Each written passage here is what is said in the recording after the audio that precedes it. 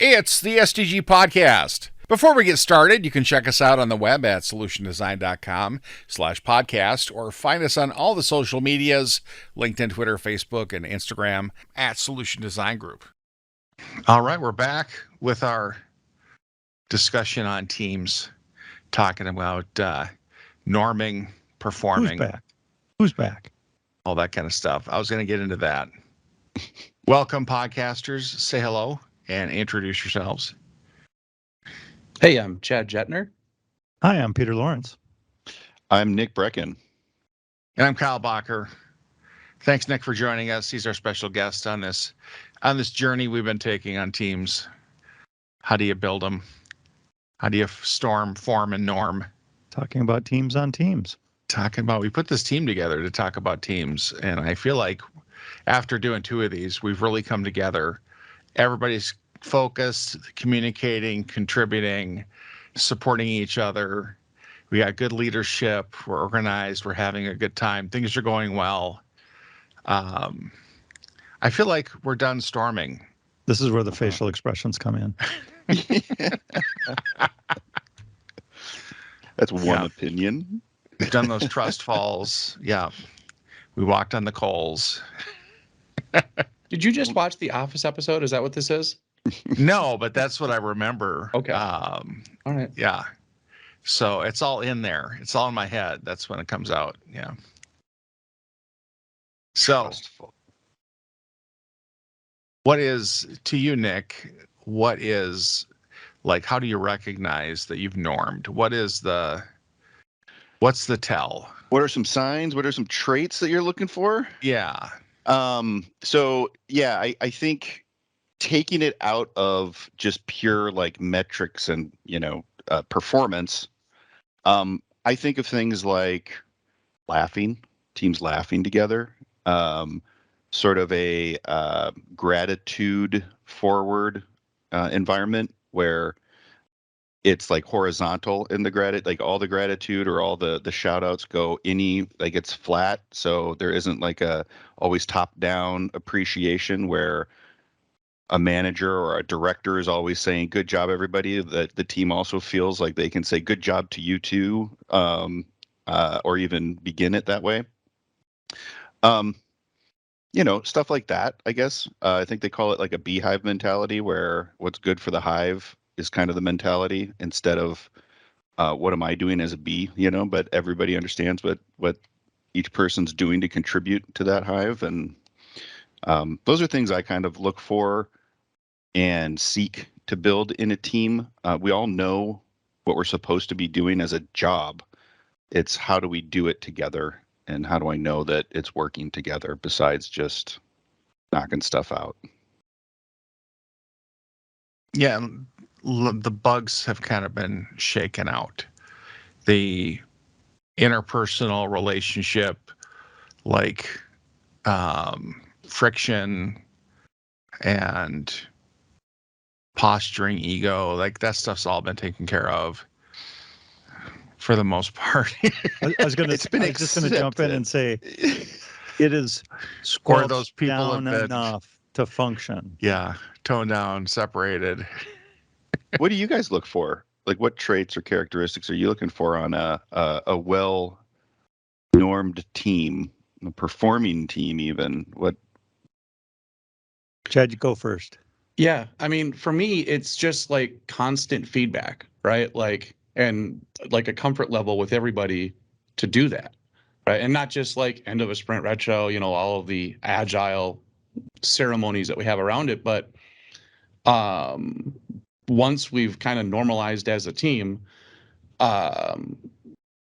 the idea that everybody's comfortable giving feedback, to Nick's point, the kind of cheering each other on, that happens horizontally, up, down, all over the place.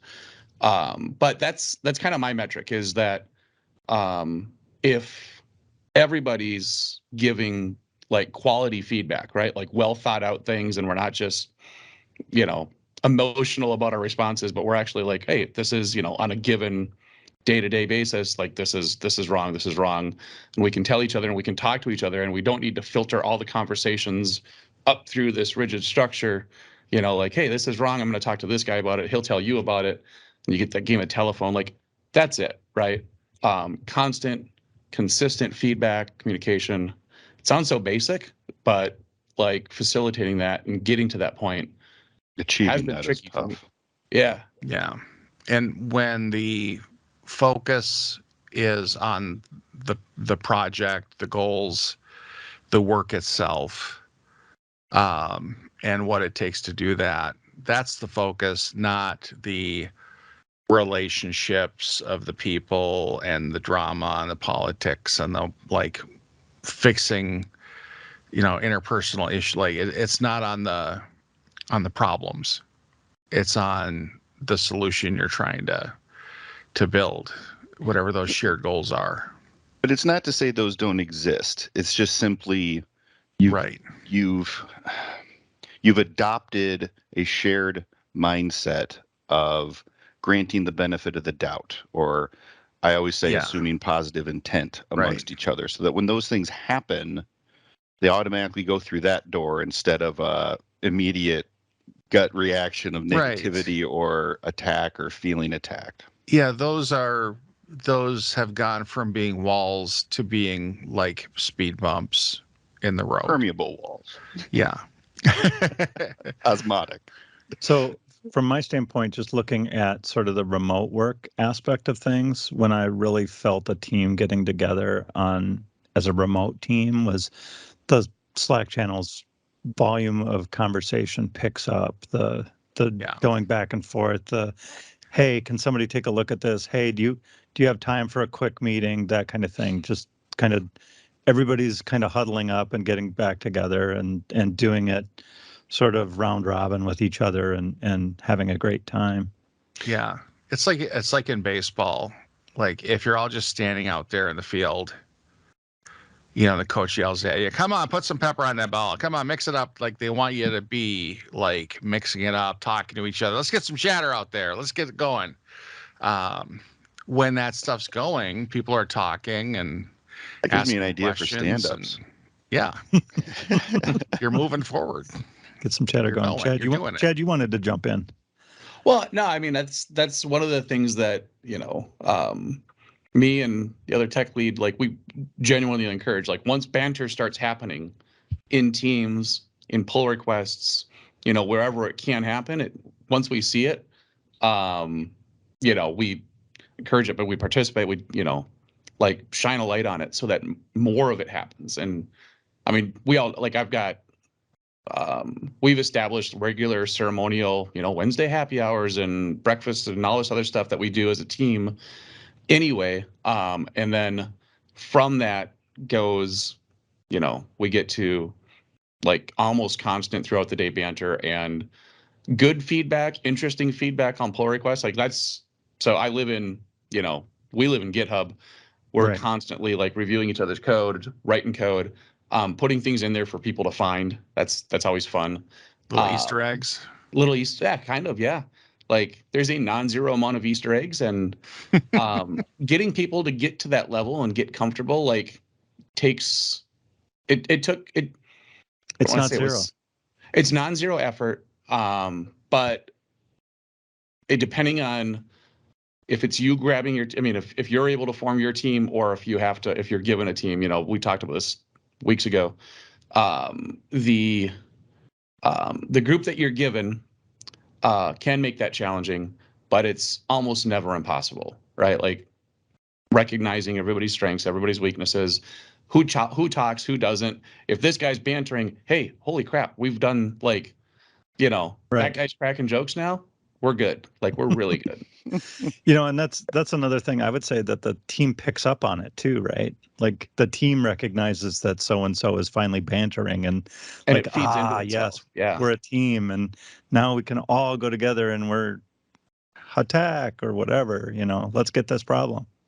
Contagious. Yeah, you got to get to a certain level of trust to really bring those people out. Like this is safe. This is a safe place. This is where you can say stuff, and if it's a bad idea, no one's gonna hammer you for it. And just feeling comfortable Yeah. being part of that team. Because the flip side to this is everybody has a great time playing, but no work is getting done. You know, Right. so Whoa. What do you mean? so Working constantly. it can, I'm not working right now. or more like somebody really falls in love with playing, but then they're not holding up their end of Oh, the team delivery, right? It can be too much of a good thing too. It is an interesting. It's never done. It's just like software. There's always more to do and more variables that can come into play to upset the balance of a well-formed, stormed, and norming team. so it looks like they're busy, but they're walking from cube to cube, interrupting everybody's work And with half-hour there's an conversations. intangible benefit to that, but but if you're depending on their code or their whatever, and it's not getting done, but they are constantly doing that, Peter, that starts to have there's a perception that takes hold, and Sure. and so you do have to, not to make this an infomercial on SDG, but like we have that kind of nice balance where we're all kind of individuals, we're all assumed to be professionals, we trust each other in those roles, and we all do what we say we're going to do, and we have fun, and so we don't worry about if it's going to get done, and I don't, that doesn't just happen overnight. And that doesn't mean there isn't. You look at just consulting, after a while, you become really adept at walking into a team and finding your sea legs quickly so that it's not such a huge disruption. Like, I think we do it so often, we team up so often and have to work together on stuff that you become adept at it. Like, you make it happen faster and go smoother because of that experience. You've run into those things before. Like, you get into a group and you're like, okay, that's the loud guy. That's the quiet person. We have that all in common, right, Kyle? Like, we come in, we're all consultants, so we all know how to start new somewhere, but where we go, that's not always the case. And right. And so you don't have that in common. So what do you do to find some of those besides, hey, we're both Java developers? What else do you do to find something in common? And how much does corporate rules get in the way of that? Sometimes connecting people can have a hesitancy to share too much or to come off as controversial or something like that. But the connection of human spirit, you have to have these things. So what do you do to build that? I heard Chad said, breakfasts and stuff like happy hours. Peter, what were you? Nick, can you talk about like corporate rules? Are you talking like don't ask about their children, their religion, their this, that, or the other thing, right? Yep. Do not ask interview questions, which, I mean, technically you're not interviewing anymore, but. Right. But that's right. What you're talking about? Yep, those things. Or if there are those rules and you're not really sure what they are, you end up deciding not to even approach anything because you're not sure if you're going to be breaking a rule, Well, and I tend to share those things and not expect someone else to tell me them back, right? Like, I have kids and I will talk about them at work occasionally. I will not spend my whole day talking about them. I'm not that person, but and that's just not me internally. Here goes Peter again with his kids. Yeah. No too much. 15 minutes in, who won? There's certainly those TMI people like, whoa. Let's cut this conversation short. I'm going to run away now. Maybe that information should be between you and your doctor. Yeah. I think to get to the performing stage where you can hit that like flow state as a team, you gotta have the norming kind of down pat so you can move on from there. Being in a high performance, successful team, where you're just getting stuff done, stuff's happening, everything's clicking, there's chatter, there's like, you can hit this laminar flow state where it's just Did you just Google smooth as something? silk. What? I need to Did you Google just it. What's laminar? We're all Not to take looking you at off your thought Kyle trail. going, That was a So good if one. you empty a jug of water Huh. and it's going glug glug glug glug glug, that's not laminar flow. It's glugging. Oh, good one. If you empty it in such a way where it's just a pure clear stream, no ripples. You ever see those fountains that shoot like a jet of water across to another hole? Like they shoot water around these clear streams. like in Vegas. Like in Vegas, yeah. Yeah. Watch the YouTube video on laminar flow. It's Destin. I forget his last name. He's an engineer, but he talks all about it. But that kind of that's the most efficient way to empty that jug. Okay. Is get that laminar flow going. I absolutely love that. Can't wait to use it. Because that's true. I mean, that's a great metaphor. Like our team is a jug of water and we're starting to pour ourselves out and it's glug, glug, glug, you know. Stuff's happening, but it's definitely not efficient. You know, some of it you have to slow down to speed up, and some of it you gotta really tip the thing. And yeah, that's good Sometimes you gotta stick one of those oil funnels in the side of the jug and then tape off the whole. Yeah. Shotgun the jug of water. Yeah. Is that a TV reference? I don't know. So that flow state, you're all about the work, and it's those days go by fast. It's easy. You wake up kind of thinking about your day, wanting to go in. You know, I've been on a few projects like that where they're just a treat to be on. It's like a dream. Like this is going so incredibly well that all my future projects are going to suck in comparison. Well, hold on now. The start of all my future projects are going to suck in comparison. We were talking about, jumping into teams, and as a consultant, you do get experience jumping in and paying attention, taking in the information, feeding it back in a way that makes you part of a team and gets you closer to that normal team state at the end, because you're jumping into an already normalized team and they're going to feel some turbulence or some non-laminar flow as you jump in, because you're an outsider, you're coming in, and as a consultant you like take in that information, you share some pieces of yourself to everyone on the team individually, ask questions, learn about the code, get up to speed, and then become part of that team and get to normalized. So yeah, we practiced that from all the positions in the team, including somewhere they've gone past norming and crashed and burned, right? And you're coming in to clean up the pieces.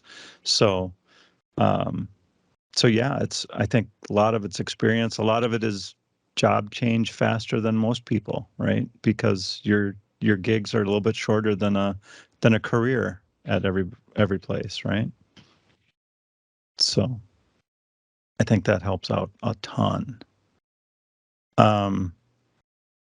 What are some things you can do to just sidetrack a team? Like, to be the boulder in the pond all of a sudden, are there some things that people on the teams can do to just kind of wreck that laminar flow, so to speak? What's the easy ones? I mean, go ahead, Chad. I was going to say, like, it's hard for me to answer, right? Like, there's external factors that make that happen really, really fast. I was actually, once I saw that Nick's eyes lit up, I was excited to hear his answer, because like we are in, like I'm in a flow right now. It's going really, really, really well. Yeah. I want to know what to look for that's going to screw this up. Looking for If you trouble. could use specific names and Names and stories. yeah. No. Well, And we sometimes highlighted it's one earlier, didn't we? Where you have a team member who's just not, maybe they started out great, but they got a little too comfortable with things and aren't holding up now their end of what we're expecting as it pertains to, producing whatever the team's meant to produce. Chad, you highlighted something else, external factors of, somebody coming in and being like, we're shifting everything, or I'll tell you what, one of the big ones is we're splitting up the teams, or we're reorganizing. I've been at clients where that happened quarterly. So nice. it was just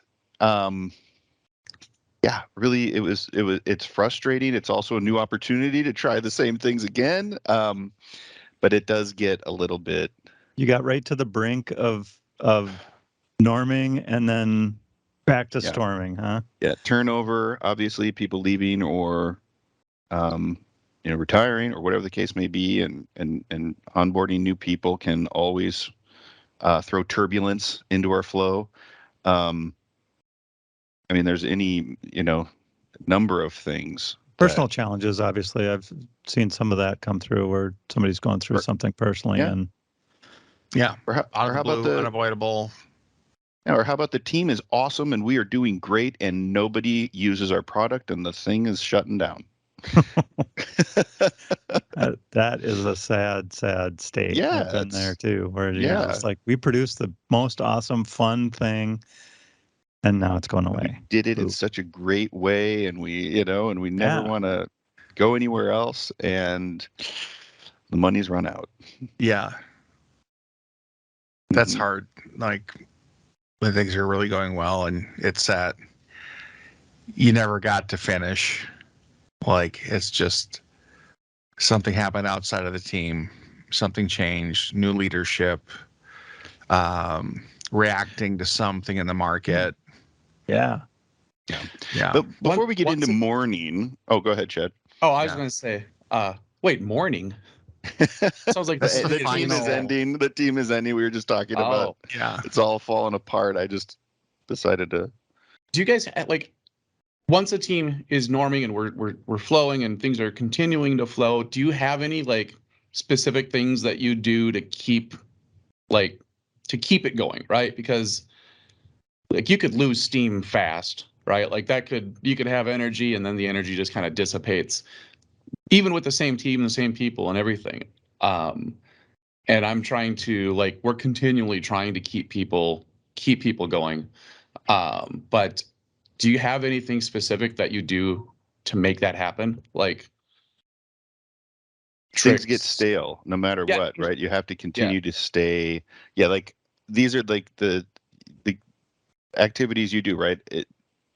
Happy hours, breakfast, those are great until they become stale. So coming up with new ways to interact, retiring certain things so you can bring them back later to keep it kind of fresh. At the end of the day, there's always new opportunities. We went full remote, so then all of a sudden you had to come up with new things. So games, ways to just kind of keep things kind of fresh, but also interactive.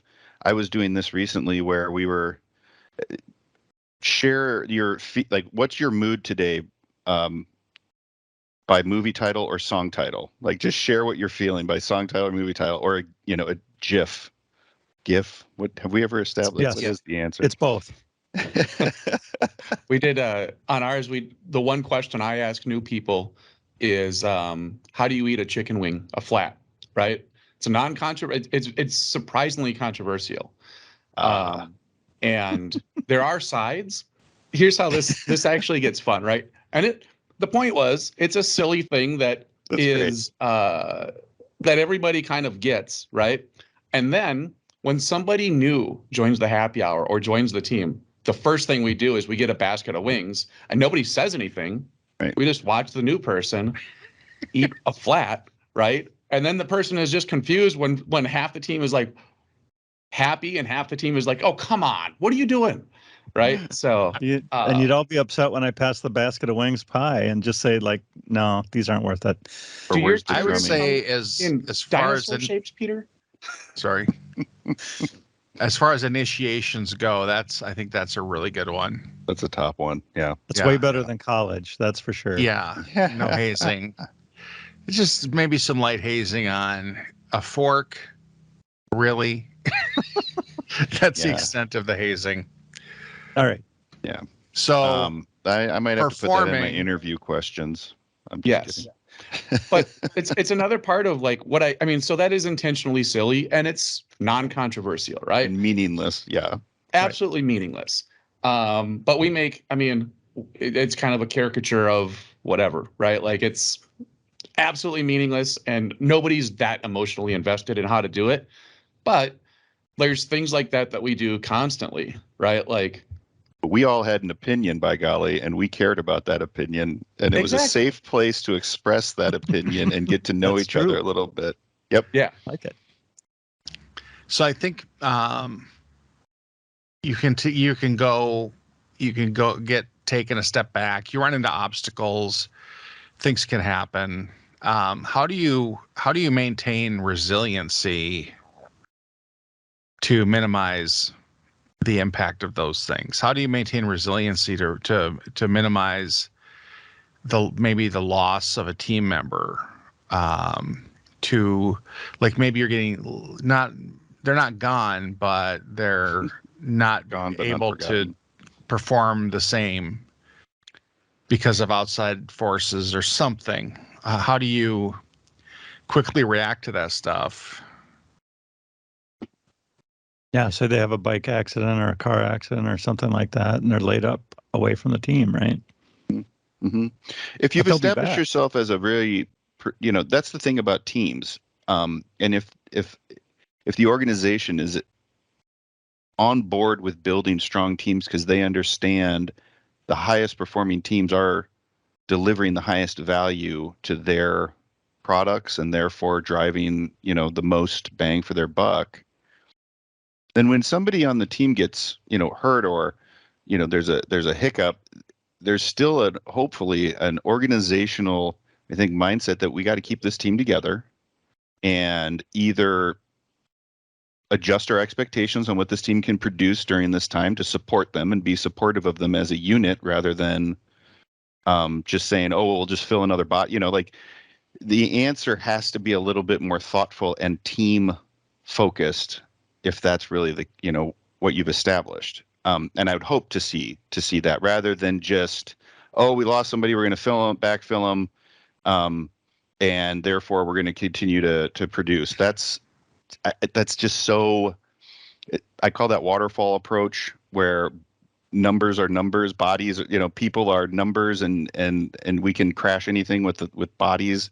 It just doesn't work that way. We all know that now, and so it's more important to just respect the fact that team has established themselves as high performing. They're awesome. Keep them together. Support them during this time of need or whatever, and see it through. And as you see it through, you can continually, just like anything, review. How is it going? How is the loss affecting the team? Would it be helpful to bring somebody on to shake things up and, or, whatever the case may be. So it creates new opportunities and new avenues. But at the end of the day, I think you're still seeing it, I hope, as this is a high performing team and we really care about them continuing to be high performing. Yeah, like are they able to absorb the loss, take on the extra, shoulder that extra, Yeah. whatever it is that person left behind, versus having to replace that. And I would Well, say that in some cases, just like it'd be worse to introduce a new element into the team than for the rest of the people to step up and put their shoulder into it and drive it over the finish line. It depends. But doing that repeatedly, because I've seen that happen where it's just, we lost a person, now these three people have more responsibility. Well, we lost another person, now these two people have more responsibility. there's a point. You can only handle so much for so long. And if you're going to dump an extra burden on people, they can only shoulder it for so long. If you haven't adjusted um, the productivity of that team despite this loss, then that's not respecting the team, right? That's not understanding that this whole group is working together as a magnificent machine. We just lost a part. The machine's not broken, but it's not performing as well. So we have some choices here. Do we continue to let it perform in its current less efficient state because it's still better than most machines? Or, do we need a new part? And then that gets into other things. We see it all the time in sports, right? Like a person retires and they are like, well, we'll just sign a free agent. And everybody on paper is like, oh, we're going to be so awesome. And you find out they're not because the fit is wrong, or some team signed somebody who's like, who the heck is that? Right. Like last night, the Vikings drafted a safety. They had a chance at this top safety, Hamilton, who they passed on. They took this other guy. For all we know, that's the right move because maybe the guy they took is actually a better fit for that group. We have no idea. Could be brilliant. It could be a mistake. We don't, but point is that when you're dealing with individuals and the effect on the team, you really still need to consider the whole team, not just looking at that slice and being like, I got to replace exactly that slice. You won't be able to. It doesn't work that way. And Peter, I think you said this in maybe the first pod or second pod about how as soon as a person changes, like it just everything shifts. Like it's no team is the exact same, I think is what you said. And I like that quote, and I'll take it if it's mine. But sounds good. Somebody said, Chad's got to jump in here, though. No, I was going to come in with a meaningless Twins fact. They win 65 to 70% of their games with Buxton in the lineup. They win 30 to 35% when he's out. Right, and that's my Twins side of Nick's Vikings draft grievance, which is valid. But that's looking at the team with one individual in place and ignoring all the other factors that may impact that win-loss, right? Or impact that team.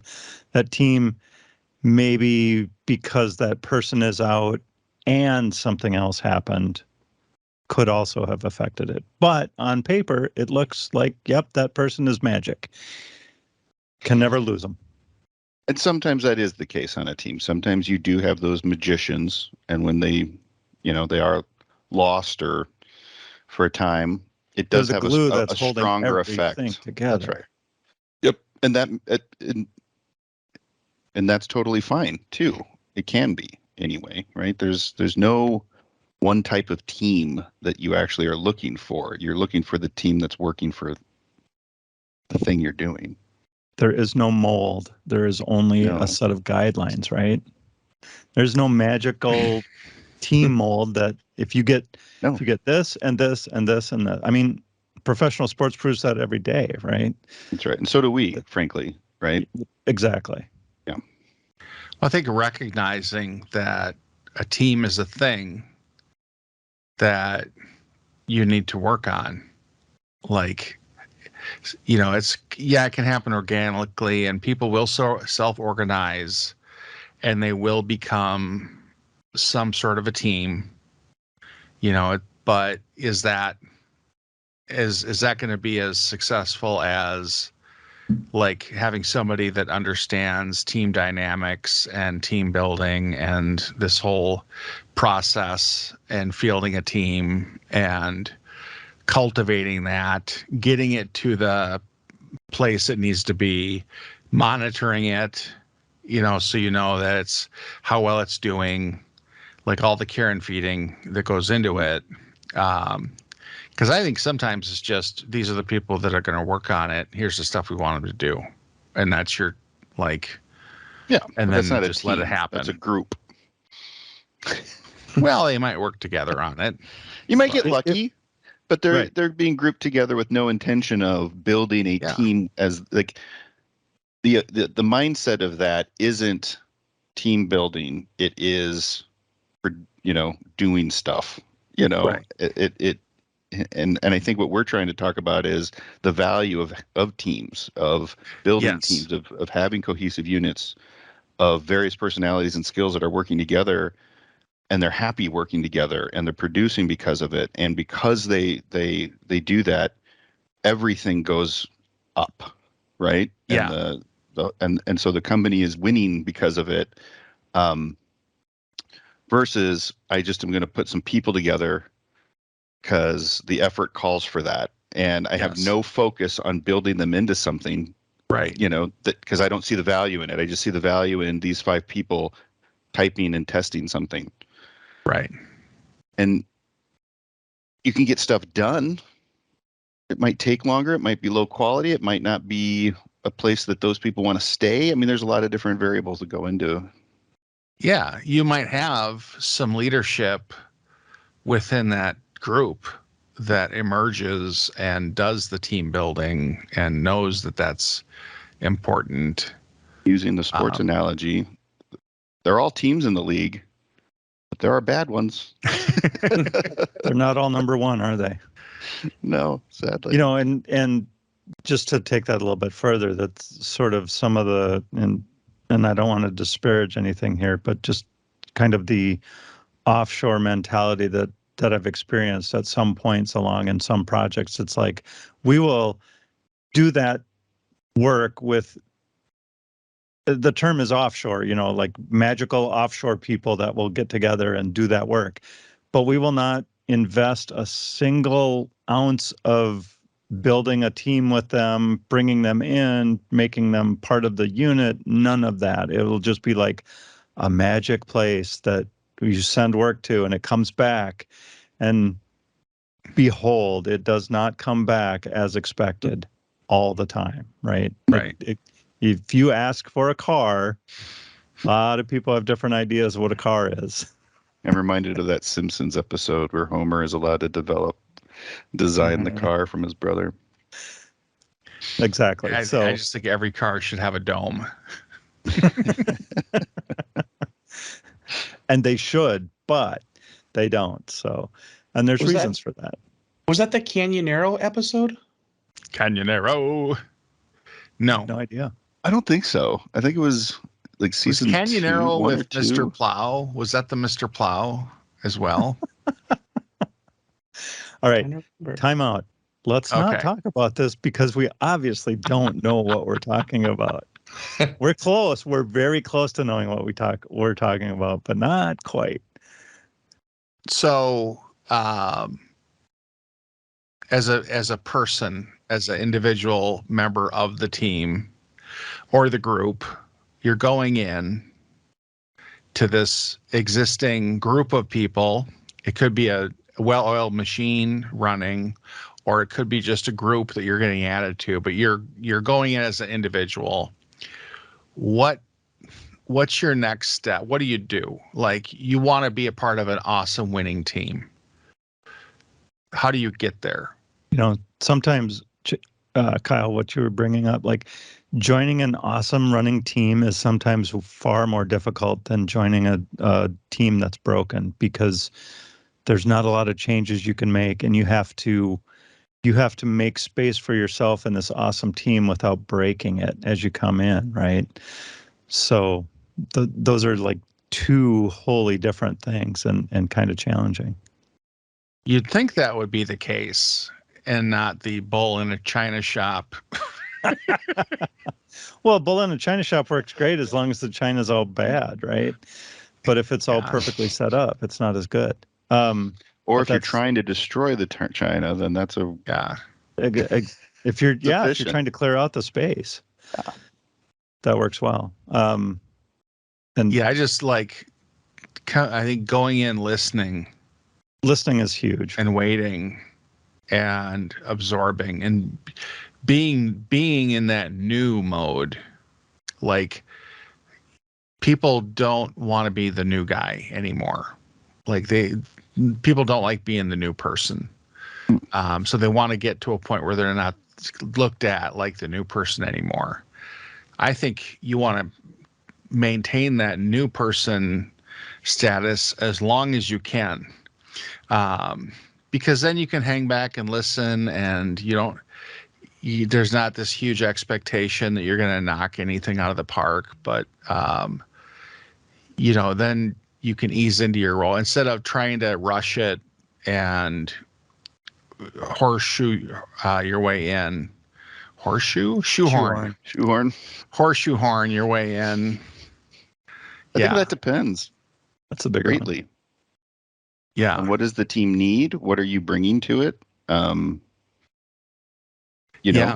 There's a lot to that. Sometimes the team needs exactly what you're bringing in that moment, and actually the worst thing you can do is sit back and be quiet. Right. Sometimes you are better served to just digest, consume, please stop, interject, acting like you have all the answers. It just when you walk into a dysfunctional, languishing team and you can recognize why or what's happening, what they need to do,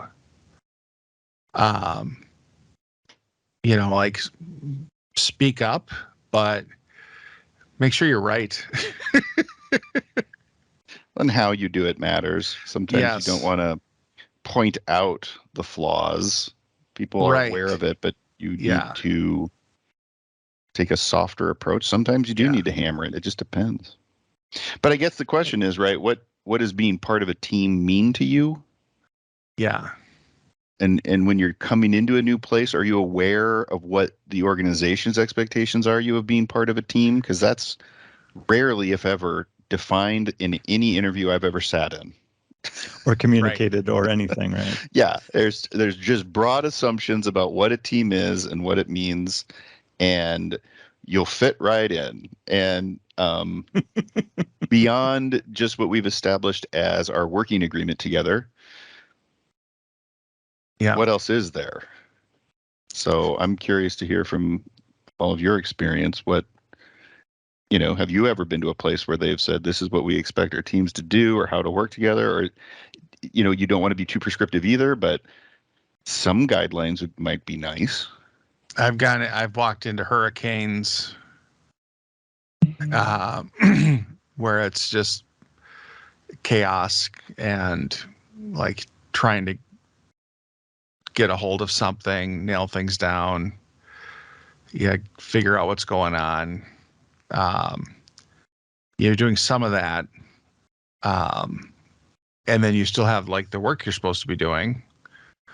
So you want to make sure you get that done. But I think you just have to, through experience, you get better and better at kind of knowing what you're getting into and knowing what things like can sabotage you. You can sabotage yourself with people walking in and just trashing their tech. Well, whoever did this, there's just things you go in strong, being loud and opinionated right away. Doing at my last place, when I was with these people, I did no. It's one of my favorites, all-time favorites. Yeah. Be cool. Doesn't that always boil down to Chad's primary rule? Be cool. And relax. Like, that's my biggest thing is, to Kyle's point, you go in, you might not have massive expectations on your shoulders, or maybe you do, who knows, but relax, build up some context for what you're trying to do, right? Like, you're not just there to be a team member, you're there to solve a problem, to write code, to do math, whatever the heck, right? But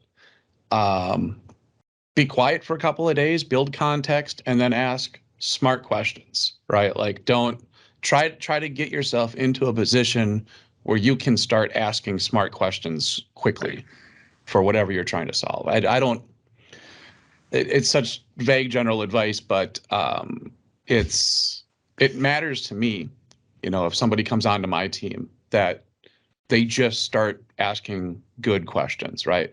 Or even a couple of bad ones, and or reframe questions in a way that we hadn't heard before from outsiders' perspective. Hearing that stuff is good, but just put yourself in a position to start asking good questions, and do your work, and eat a chicken wing the right way.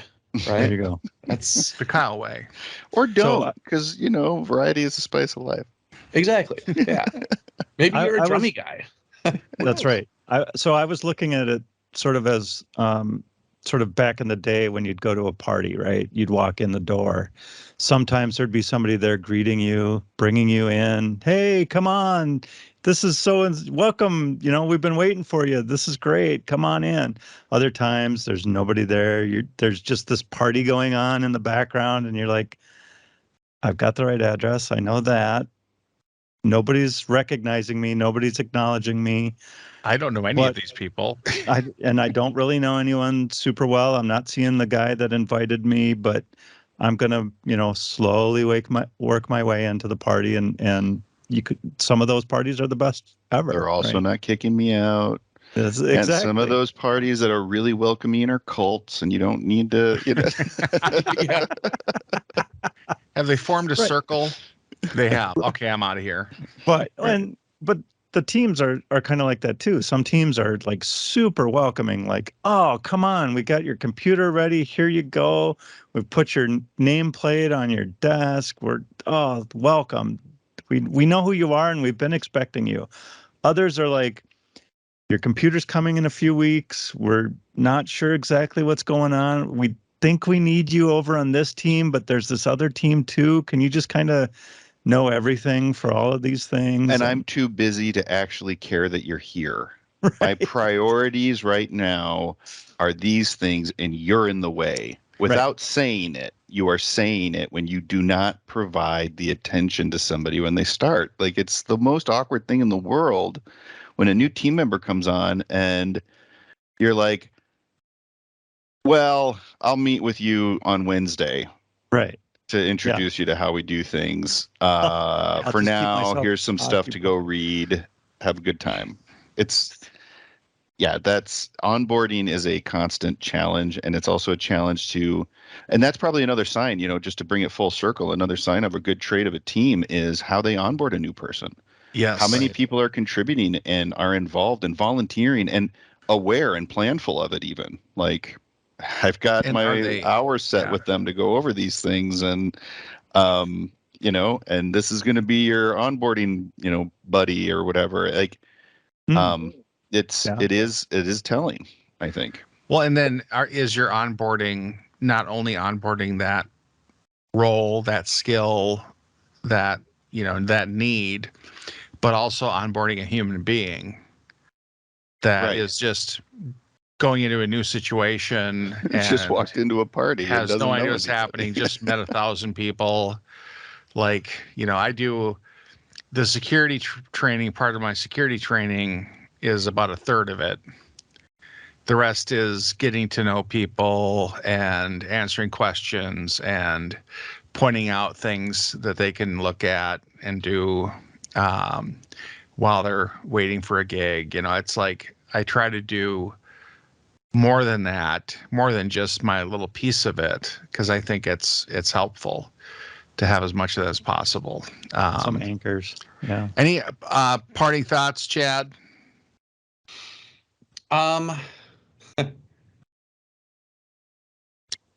No. I will say that Byron Buxton went 0 for 8 over the last 2 games for the Twins, and then when he did that, Max Kepler stepped up and hit 3 home runs.